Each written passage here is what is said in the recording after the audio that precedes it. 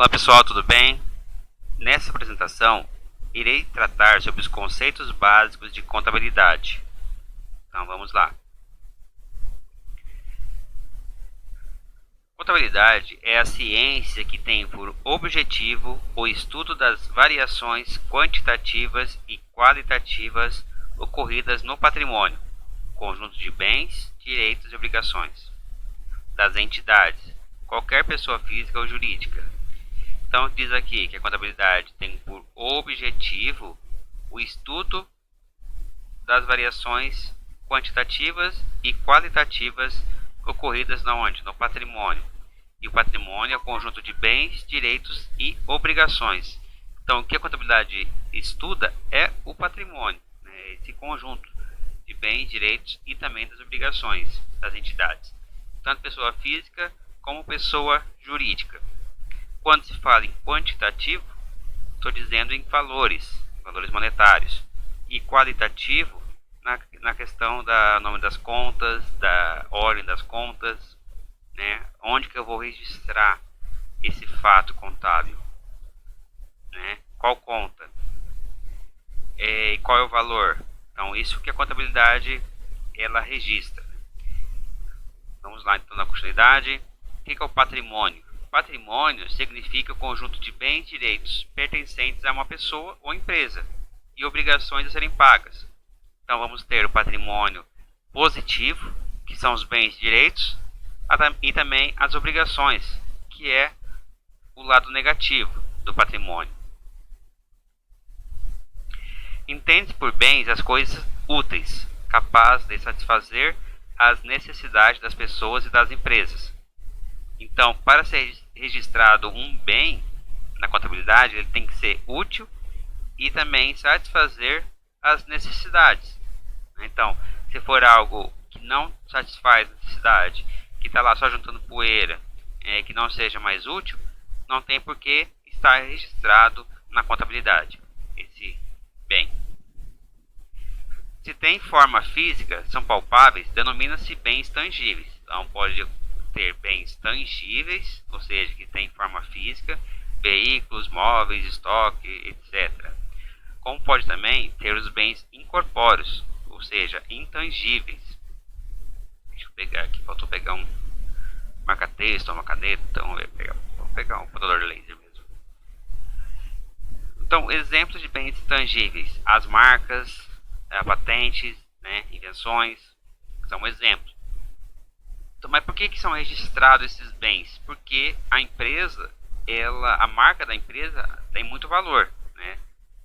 A Coca-Cola, sua marca, pode ser que tenha mais valor do que o seu bem físico, né? Então por isso tem que ser registrada, porque a Coca-Cola vale muito mais do que o seu patrimônio físico.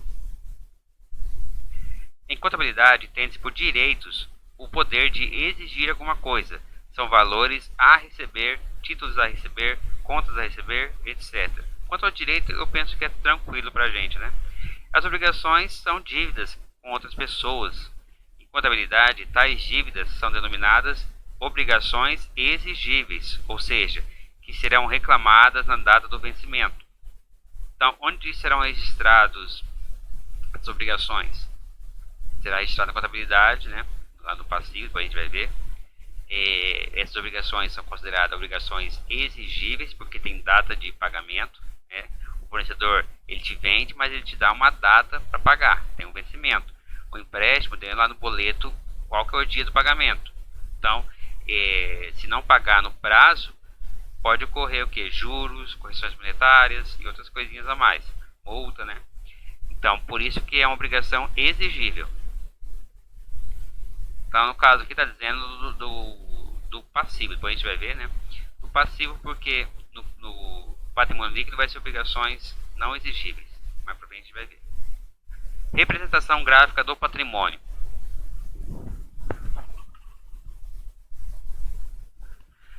A maneira que a contabilidade utiliza para representar a situação patrimonial é a forma gráfica.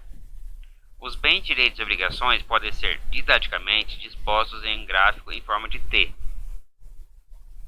Então, o patrimônio vai ser representado dessa forma. É um T, onde os bens direitos vão ser classificados à esquerda e as obrigações à direita. Então, qualquer lançamento contábil, quando a gente trabalha aqui somente com a didática, a gente vai fazer os Tzinhos para poder representar aí as contas do balanço patrimonial, as contas patrimoniais. Então, continuando. O gráfico, como podemos observar, tem dois lados. O lado esquerdo, colocamos os bens direitos, ou seja, aplicações, e do lado direito colocamos as obrigações, as origens de recursos. Então, pessoal, da mesma forma que o balanço patrimonial, a gente vai chegar no balanço patrimonial através dessas representações gráficas, né? Por quê? Porque sempre do lado direito temos as obrigações e do lado esquerdo os bens direitos. Do lado direito chamamos de aplicações de recursos. Do lado direito chamamos de origem de recursos. E do lado esquerdo as aplicações de recursos. Por quê? Porque tudo se origina do passivo, né, das obrigações. Tanto obrigações com terceiros como obrigações próprias. Então a empresa vai se iniciar com capital, né? Então o investidor ele aplica, né, o investimento inicial dele é uma origem de recurso e vai ser aplicado em bens ou direitos lá no ativo.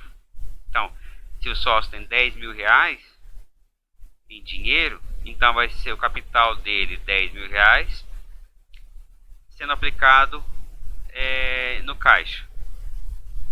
É uma obrigação, só que é uma obrigação não exigível. Então, ele aplicou 10 mil reais na empresa, ele investiu 10 mil reais, mas ele não pode exigir que seja pago esses 10 mil reais em determinada data. Ele vai receber em cima do seu capital, em cima da sua parte, das suas ações. Mas muitas vezes a empresa dá prejuízo, e daí como faz? Daí não paga, né? Então ele não pode exigir o retorno do capital investido. Também temos as obrigações exigíveis, como foi dito, que são de obrigações com terceiros, financeiras, fornecedores, né? E nesse caso são obrigações exigíveis porque tem que pagar na data do vencimento. Tanto as obrigações com capital próprio, que é o patrimônio líquido, que é o investimento dos sócios, como as obrigações com terceiros, são origem de recurso. Então, dela que vai prover o ativo da entidade.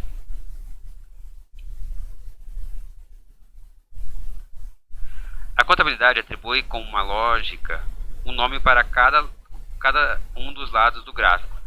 Então, pessoal, os bens direitos, a contabilidade denomina-se ativo. Então, diz aqui, o lado esquerdo do gráfico, recebe o nome de ativo, pois é composto pelos bens e pelos direitos, que formam o conjunto dos elementos positivos da entidade. Então, aqui do lado esquerdo, que é o lado positivo, os bens e direitos, né, são registrados aqui e é denominado ativo. Do lado direito do gráfico recebe o nome de passivo, pois é composto pelas obrigações, as quais formam o grupo dos elementos negativos da entidade. Então as obrigações serão registradas do lado direito e vão chamar passivo. Equação fundamental do patrimônio. O patrimônio pode ser dividido graficamente conforme a figura a seguir. Então a gente chegou nesse resultado, né, que os bens direitos chamam ativo, as obrigações passivo e as obrigações com o capital próprio, com os sócios chama-se patrimônio líquido. Essa representação serve de base para delinearmos a equação fundamental do patrimônio, ou seja, patrimônio líquido é igual a ativo menos passivo. Então, se o ativo for 100 e o passivo for 80, o patrimônio líquido vai ser quanto? Vai ser 20, porque é a diferença, né? Passivo e ativo menos passivo é o total do patrimônio líquido. Ou se eu fizer a conta patrimônio líquido mais passivo, aqui 20, aqui 80, quanto tem que ser o total do ativo? Tem que ser 100, né? Que é a soma do passivo mais PL. Sempre vai ter o equilíbrio entre o lado do ativo e o lado do passivo e patrimônio líquido. Equação fundamental. Existe ainda a situação em que o ativo se iguala ao passivo, tornando o patrimônio líquido nulo. como podemos ver na figura a seguir. Então, pessoal, não quer dizer que não tem patrimônio líquido, quer dizer que ele está com o valor total, com o valor líquido de zero, né? Ou seja, o valor do patrimônio líquido é zero. Então, tem 10 mil reais de capital, mas às vezes tem um prejuízo de 10 mil. Então, fica 10 mil menos 10 mil, zero. Então, vai ficar só um saldo de passivo. Então, o que acontece nesse caso? A gente chama de passivo a descoberto, né? Que só aparece o passivo. Isso terá o mesmo valor do ativo. A figura evidencia a situação em que ocorre a igualdade do ativo e passivo, ou seja, a empresa deve tudo o que possui, né? Então, os bens e direitos que igual às obrigações com terceiros. Estática patrimonial. Procura evidenciar em dado momento a estrutura e a composição patrimonial da empresa. Então, o balanço, quando a gente fecha o balanço, é como se fosse uma fotografia da entidade naquele momento. Um diagnóstico da entidade. Como é que ela está? Se ela está bem ou está mal? O balanço vai ser demonstrado. É igual quando a gente vai no médico e faz lá um check-up. Então, vai ser uma fotografia da entidade. O patrimônio das entidades pode ser observado em determinada data por meio do balanço, né, tal como uma fotografia dos bens, direitos e obrigações.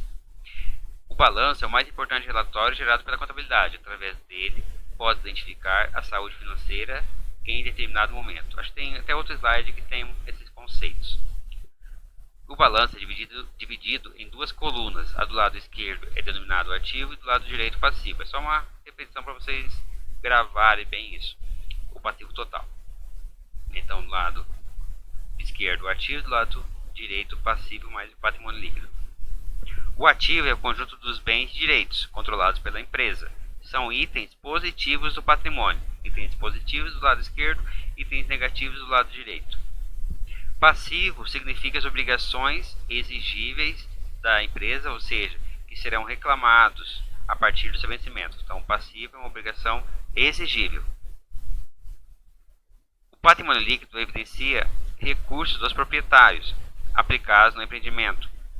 A aplicação inicial dos proprietários, a primeira aplicação, denomina-se capital. Portanto, a gente vai ver sobre os lançamentos contábeis a questão da aplicação inicial, que é o capital. O conjunto de bens, direitos e obrigações deve ser demonstrado de forma objetiva, a fim de transmitir as informações desejadas pelos usuários. Evidenciado pelo balanço patrimonial, em síntese, pode ser apresentado sob as seguintes óticas. Então, temos algumas óticas de umas visões do balanço patrimonial, como ele pode ser visto. Claro que ele sempre vai ter uma estrutura determinada, mas é bom a gente entender os conceitos dentro do balanço patrimonial. Então, aqui, ó, ativo, passivo, patrimônio líquido, né? Ativo, passivo, patrimônio líquido. O ativo são os bens e direitos, passivo, capital de terceiros, né? São recursos que não são dos proprietários, obrigações que não são dos proprietários, e o patrimônio líquido, que é o capital próprio, ou seja, recursos dos proprietários. Aqui na verdade seria B, né? Tá? Desculpa aí, né? Então aqui é B.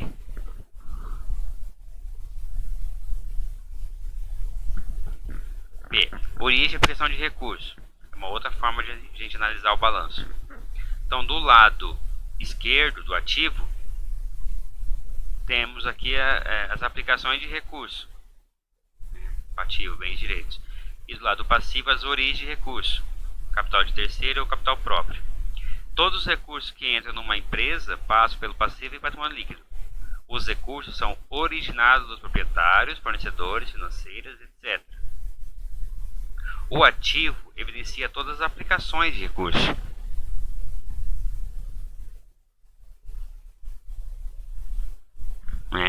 Então, o ativo são as aplicações de recursos. Aplicação no caixa, em estoque, máquina. Então, tudo vai passar pelo passivo e patrimônio líquido. Sempre, pessoal, o lançamento contábil, do lado direito é a origem de recurso e do lado esquerdo as aplicações de recurso.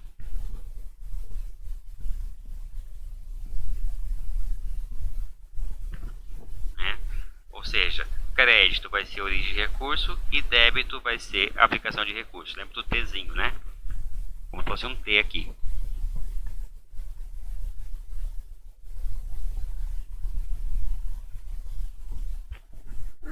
Então, do lado direito é o crédito, as origens de recurso, e do lado esquerdo as aplicações de recurso. Isso é para vocês não errarem o lançamento. Então, o investimento inicial, capital, né? Só você vai lá e investiu 10 mil reais na empresa, né? Então ele registrou o capital 10 mil reais do lado direito, né? Porque é origem de recurso, e aplicou lá no ativo, por exemplo, em banco. Então criou o razonete banco.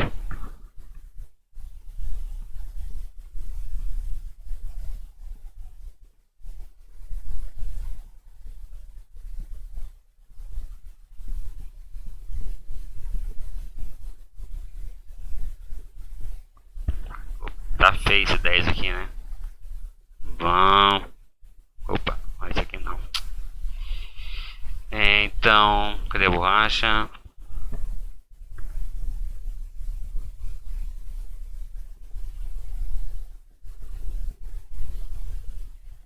Então é isso, né? Então, investimento inicial. Ele investiu 10 mil reais. Aqui tá 10 para eliminar um zelinho. 10 mil reais. Origem de recurso, ó, lá do crédito. Onde foi aplicado? Foi aplicado lá no banco, porque ele tinha isso em dinheiro, né, em cheque.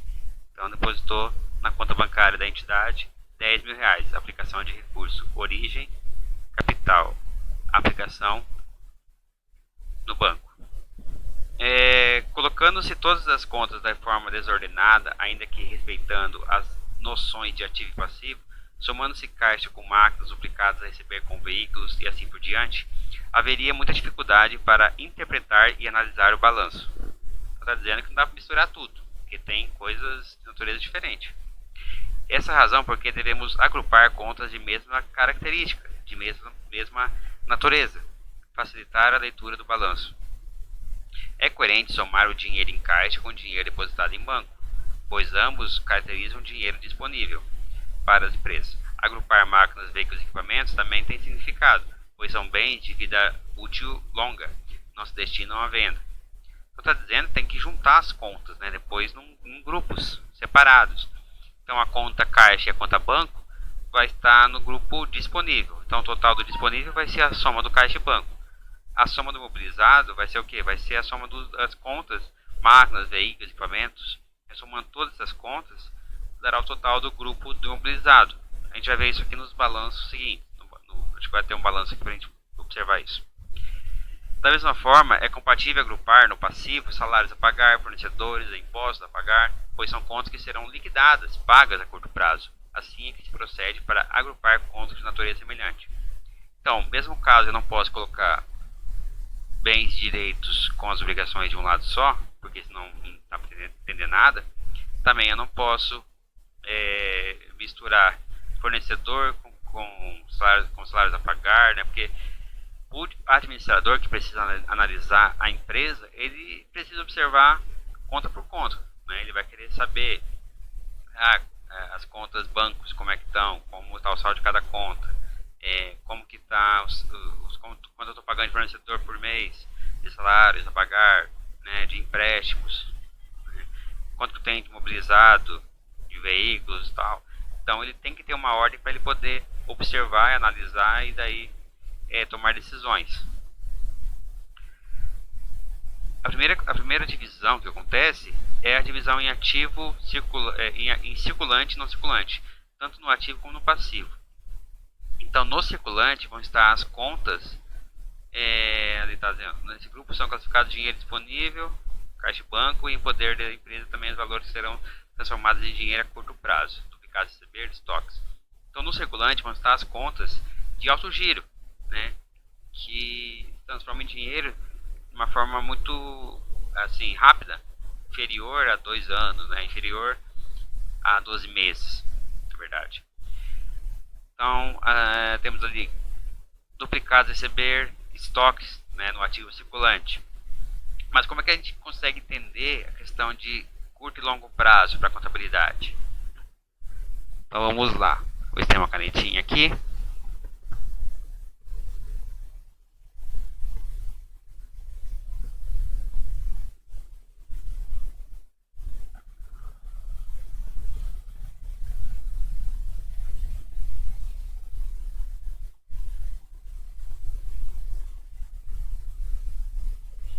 Então, pessoal, faz de conta que isso aqui é o balanço patrimonial de 2018, esse de 2019 e esse aqui é de 2020.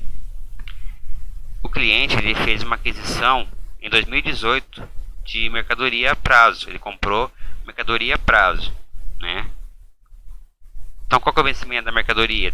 Ou melhor, qual que é o vencimento da duplicata desse cliente que ele vai me pagar? Ele comprou em, vamos ver, 24 meses.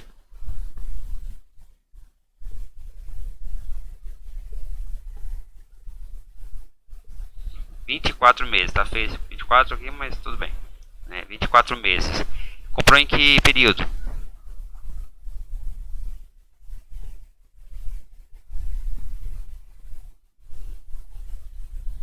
Comprou em janeiro de 2018, uma mercadoria com prazo de em 24 parcelas.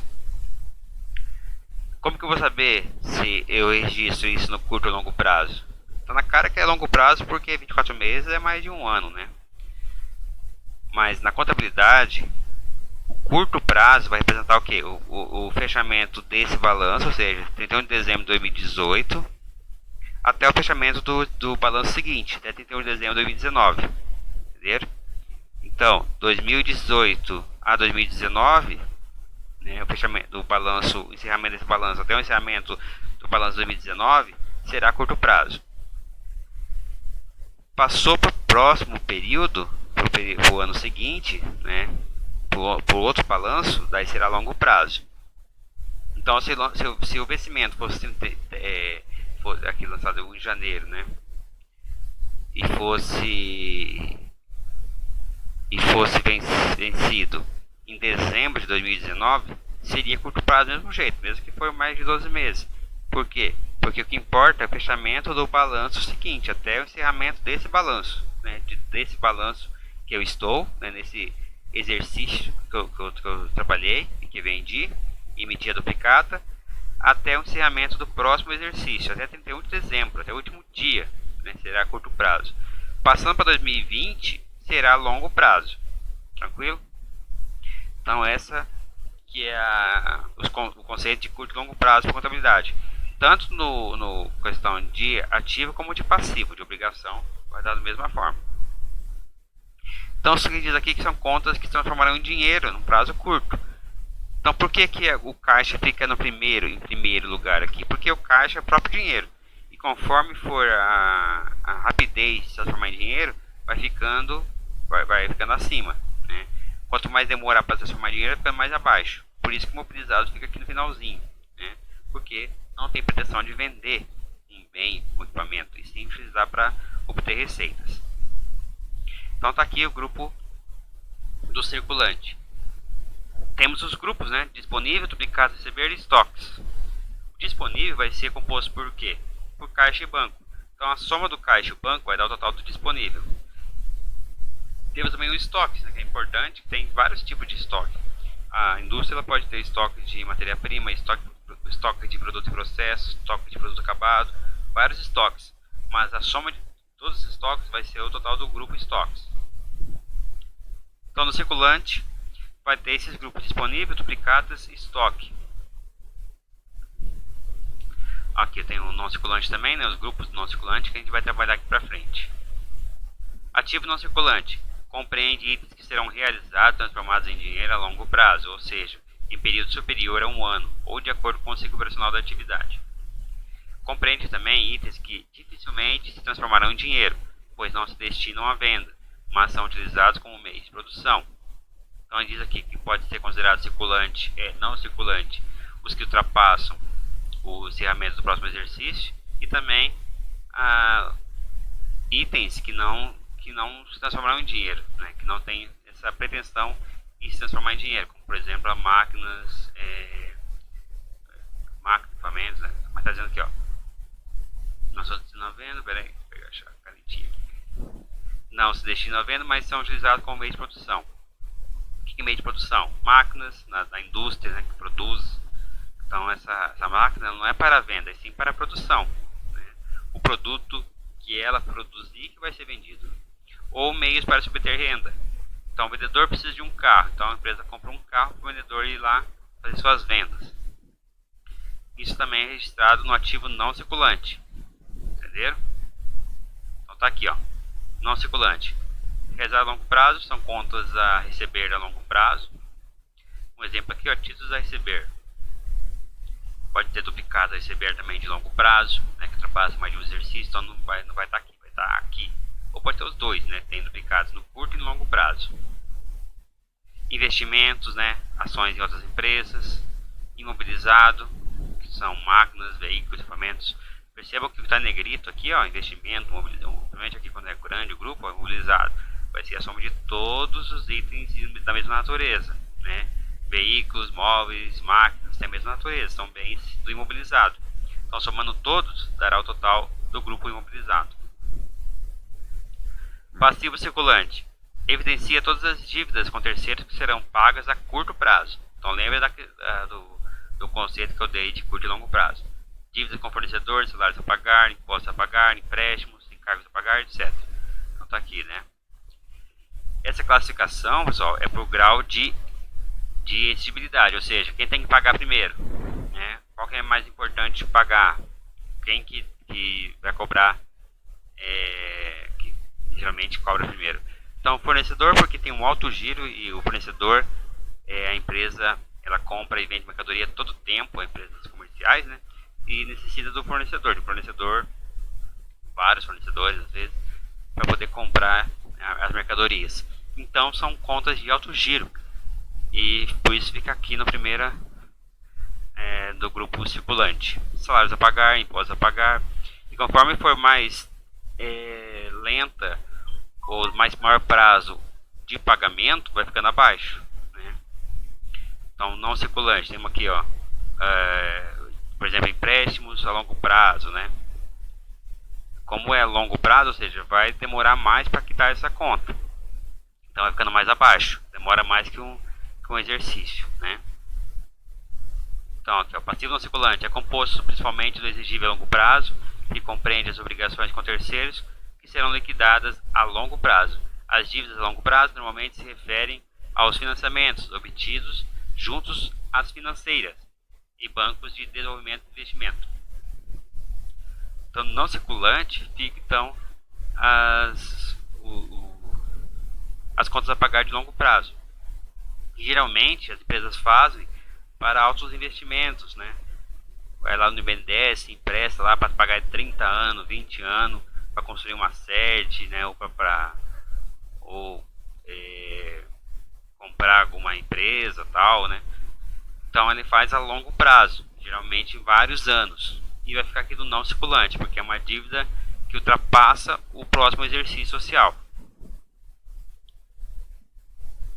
E o patrimônio líquido demonstra o total de recursos aplicados pelos proprietários na empresa.